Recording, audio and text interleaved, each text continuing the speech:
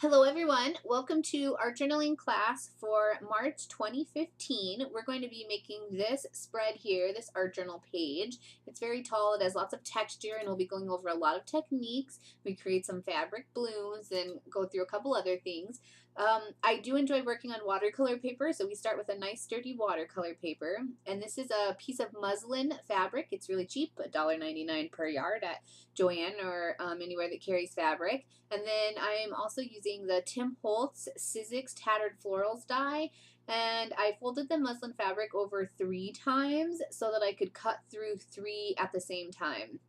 And as long as you run it through once, at least, of course, and then more like 2 times, just back and forth through your die cut machine, it will cut just fine. And muslin is kind of, what should I say? It has a little bit of a loose weave, so sometimes the pieces get a little caught. Just use your scissors to snip those if that happens.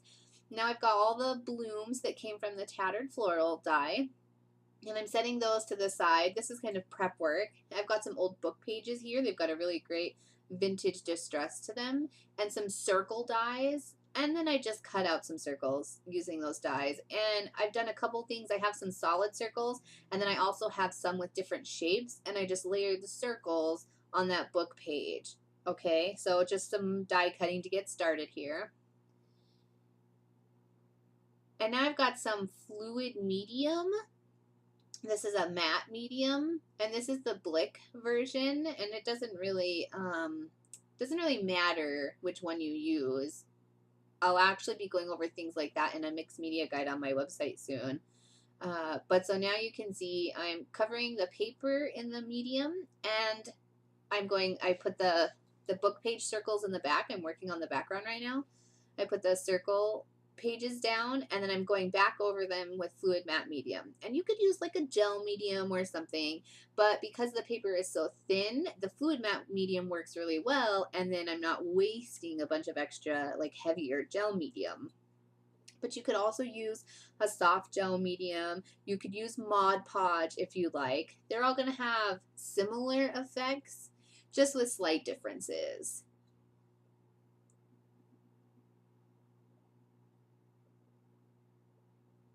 Just the last little coverage to make sure everything is covered and will be secure, and then I give that time to dry. And this is why I like working on watercolor paper. You saw me bend it. It did warp a little bit, but I was able to get it basically flat again because it's a nice thick watercolor paper. I just trimmed off the edges there. Now I've got an Umwell Studio stencil. It's the stencil numbers, and I've got a catalyst, a Princeton catalyst mini, let's see, it's like a spatula, I'll call it, and some heavy gesso. And I'm going through those numbers, and not too much, because if you work over your stencil too much, you'll end up pushing the paint underneath, with just a couple quick swipes. And I've got some heavy numbers in the bottom. Just still working on some background stuff here.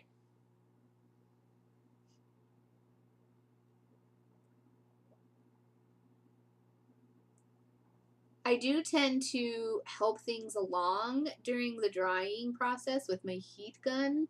And this one is by Ranger. It's the quiet one. I do also have a blue one by Derice, and I know they make them in all kinds of colors and companies, and I don't really have a preference for one over the other. This one is quieter for when I'm teaching in person.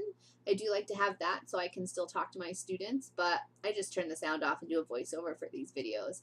You can see now it's dried, and what I just showed you, this is a bottle of instant coffee that I keep at my desk, and I've had this bottle of instant coffee for months. I just fill the bottle about 3/4 of the way full with hot water, and then dump in maybe 3 or 4 tablespoons of instant coffee. And now I've got this really great, more natural version of a mist. And it's not that it's more natural. That's not why I like it. It just is more natural. But what I really like about it is that it's actually coffee colored, because it is coffee. And depending on how much of the instant coffee you put in, it could be lighter or darker.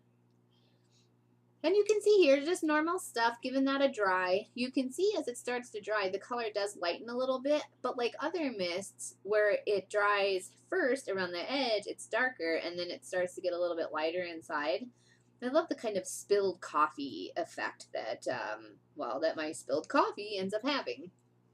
You will also notice that I did both. I opened the bottle and flicked the coffee from the wand just by flicking my wrist, and that is a favorite technique of mine. The first time I ever saw it, I thought the heavens opened up. But I did also screw it back on and do a little squirting straight from the bottle like they are intended. There, I let it finish drying on its own. You can see here I've got the same stencil that I used before, and I'm placing it back over the numbers that I already did. It was a stencil first, and now it's a mask because I'm masking off the areas around it. And I'm going to stamp back directly on top of where I put the gesso through. It creates this really great stamped raised effect, and it is certainly one of my favorite techniques, and I adore using it in art journaling. This is a Viva Las Vegas Stamps music note background stamp that I designed, and I'm using it with Archival Black by Ranger Permanent. Certainly one of my favorite pads. There are a lot of archival pads out there and a lot of permanent pads. I just really like the color and the tone of this one. Okay, and I really like how it generally reacts with paper, even though I'm stamping on gesso right now.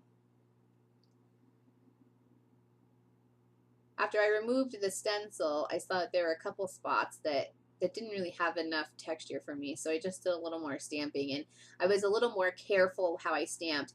Because I have most of my stamps clean cushion, they're not flat, and I can bend them like this and press them into places, and I can control them a little bit better than if it was wood mounted on a flat surface. And all those stamps at blvstamps.com are available unmounted, clean cushioned, and wood mounted. There you go. See, now you can see how great that effect is, that it's stamped only where the numbers are painted.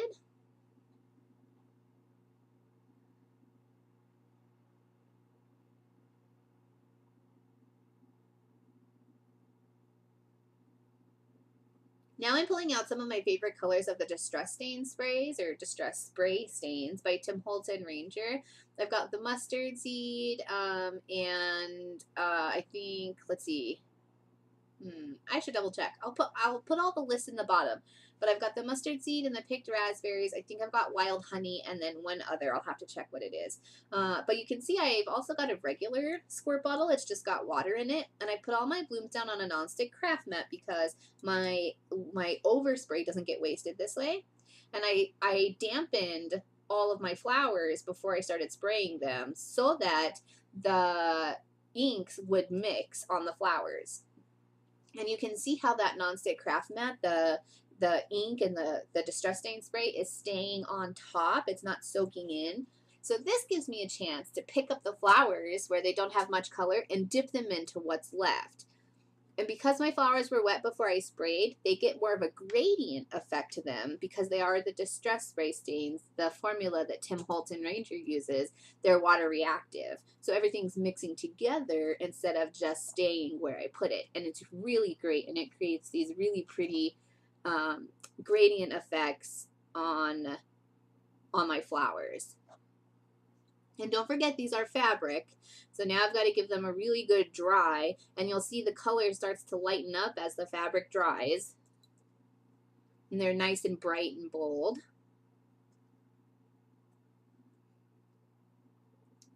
And then right here, I give them quite a bit of time to dry under the gun, and then I'm just going to set them to the side and let them finish drying on their own. And we're back now that those are dry. Very bright, very fun. And you should work on a non-stick craft mat to do most of your heating. That way you don't burn anything, because not only are they non-stick, but they can go up to really high temperatures. They can withstand high temperatures. And then I'm just going to play around a little bit and try not to go off camera too much there with layering the blooms and kind of figuring out exactly how I want them. And I could have made 4 blooms of 4 different sizes, but I chose to take the really small bloom and put it on top of the medium-sized one. And I really love texture, and this art journal page has a lot to do with incorporating fabric into your art journal page and kind of just dabbling, not an entire fabric page, but just incorporating it. So here I've got some cheesecloth, and I picked this up at the 99-cent store. And you can pick up cheesecloth anywhere, most places that groceries are sold, or even kitchen utensils.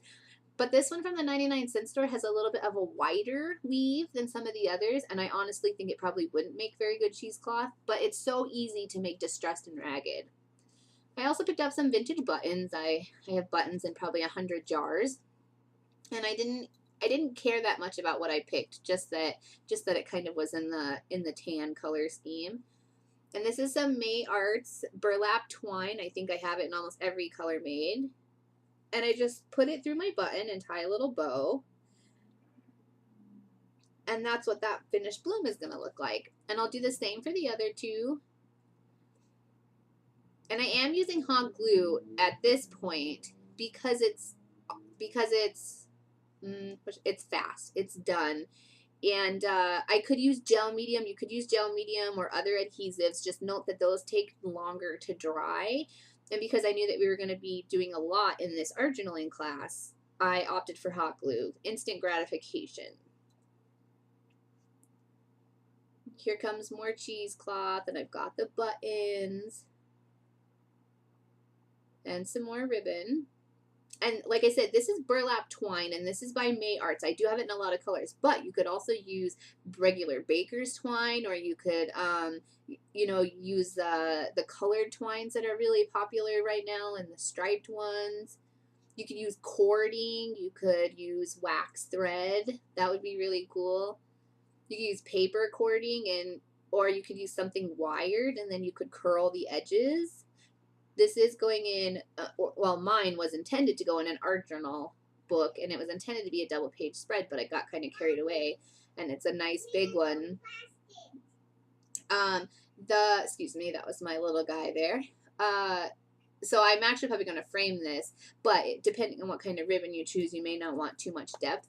When we redid this in art journaling class, I did make it so that I could cut the page in half, and I turned my page landscape instead of portrait, and then I moved my blooms over to the side a little bit more instead of right in the middle, so that I didn't have to cut them in half if I was going to cut the page to insert it into my journal.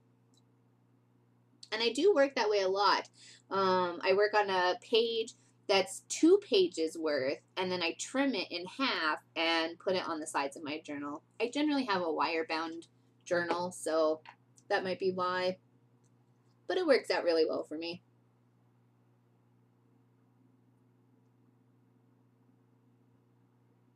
I really love this daisy one. It turned out so different than the others, and it's a great pop of color. Most of the blooms are pretty easy to stagger.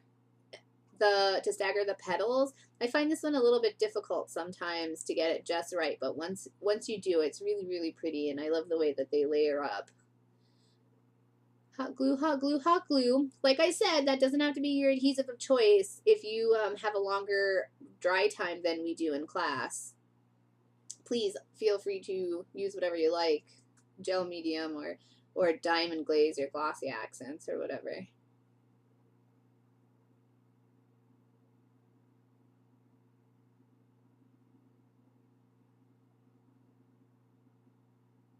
I actually am not sure what I was doing there. Sorry. There must have been something stuck in it.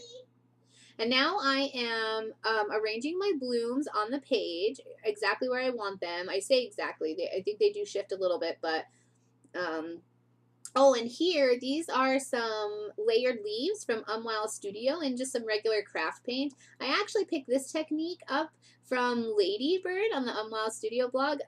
My design team for Umwow Studio is really so talented.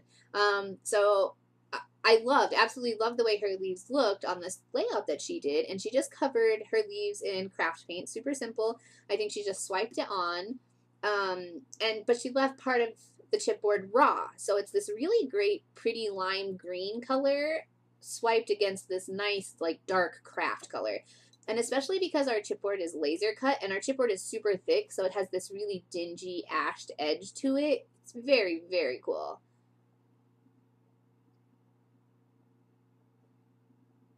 And our layered series is really good because you can use them separate like they are, but most of the shapes inside each package have have the same outside, the same profile, so you can stack them on top of each other and you can have like stripes or dots or frames. They're very cool. And there's my craft gun again, my heat gun, just heating everything and making sure that paint is set and dry so I can continue to work on top of it.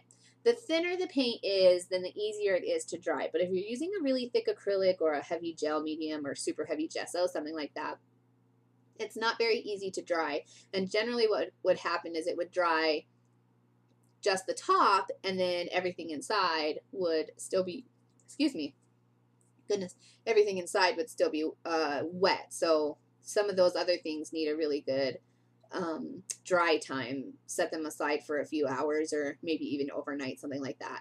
But this nice thin craft paint, it's nice and vibrant and it does go on a little bit thin. You can see I did 2 layers, but I'm also done now and I didn't have that huge drying time.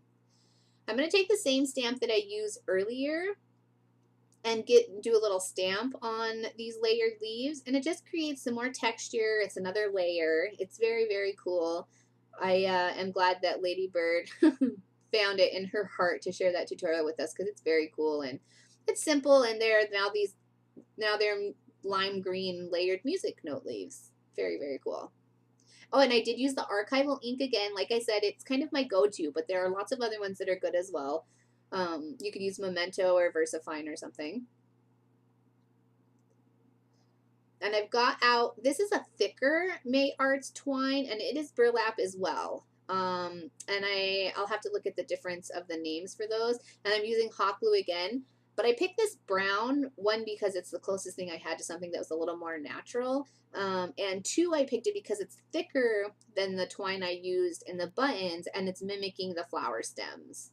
So I really wanted it to be, I mean, obviously it's not realistic, but I just wanted it to seem more correct. And I'm kind of twirling them together, and you could braid them or whatever you like. And I am going to use the tiny attacher to create a base in the flower. So right now, right before I stapled them, I just had some kind of loose twine, and it would be hard to glue down. But I put those staples there. Not only is it a nice effect, it also gives me a place to add some glue.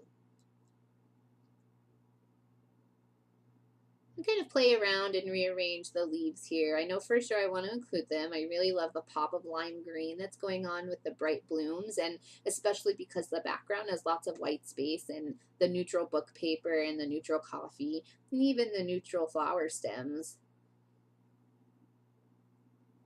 And here, this is the same thing with the hot glue gun. We only have 2 hours in our art journaling class, so some of the things I have to not cut corners, but just do a little bit quicker than I would like normally. Normally, I would use a heavy gel medium here, and we have done gel medium in art journaling before, but in this instance, we had so much to get through this day that the hot glue was done, quick, dry, and then we could move on. So the whole instant gratification thing going on there.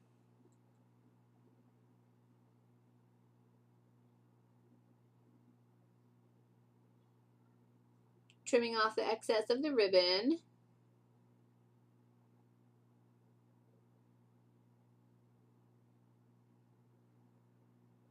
It must be contemplating here. So now what you're going to see is I'm going to start working on a border. And I'm not going to finish showing you the border on the actual page because it would take forever, but I will do it on a smaller card in this video for you. So I'm just scribbling some lines, and they're not insane and zigzaggy, and they could be if you want. But now, oh great, off camera here. You'll see it on a smaller card. Oh, here we go. Okay, I got smart. So now I'm just drawing, I'm segmenting the lines that I've already drawn. And I'm not, see the corner there? I'm not segmenting that at all. That's not a big deal. But everything in between, and I'm not measuring or counting either. I'm making some thinner, some thicker. It's all about whimsy on these big black kind of checkerboard borders, and I really like them. And they're kind of calming too after working on the rest of it. Now you're kind of framing everything in with some nice heavy black work. And I start by coloring in the corners. It's going to be checkerboard, and I'm going to show you a tip on how to make sure that you have every other one. You notice I didn't count, I just started coloring. But what I'm doing is I color the two corners first, and then I start working in from the sides. And right here, I realize that it's going to take way too long to show you the whole page. So I'm going to move into working on a card. Now here you can see I've moved to a card to show you, and I'm still just using a Sharpie, and it is a little thick for this card. I probably could have used like a micron or something, but I'm doing the same thing I did before. I just drew some squiggly lines, and I'm not, like I said, I'm not counting. I'm just making them thicker and thinner, the lines in between. And then I'm going to start by coloring in the corners because those are, to me, kind of the foundation, the most important. And then I'm going to, you'll see here, I'm going to color in from each edge to the inside. Now you can see there's two. There are two insides stuck that are white because there's not one in the middle. It's so easy. Just draw another line and cover it in. And now I didn't have to measure all of them out, and it seems so simple, but until someone says it or someone points it out, then, you know, here it happens again. There's two, but it didn't matter. Now these ones were a little thicker, so instead of just drawing one line, I drew two lines, one on each side of the middle line to make it fit a little bit better. But you could also leave it very whimsical. And here I'm going to show you a lot quicker. Now see, there's two, see there, just like that. Easy peasy. All right. And I actually started to feel really guilty. I thought, oh my gosh, I couldn't even get them even on one. But I got to show it to you 3 times, and then the 4th one ended up just fine. And see how cool it looks? It's very whimsical and kind of fun, and it's a really great border on the page too. And sometimes I draw some lines, and you can see how I do it, where the humps on the lines, where those come up, then I draw bigger circles. And as they go down into a valley, then I draw smaller circles. And that's it. Thanks so much. Don't forget, I'll have videos out for April. There's 2 videos for March. And I look forward to hearing what you have to say about the art journaling process, my art journaling process, and this one in particular, as well as seeing some of your work that you do based on this class. So join our Facebook group and post it on my Facebook fan page. I'm really excited to see. And please let me know if you have any questions. Thanks so much.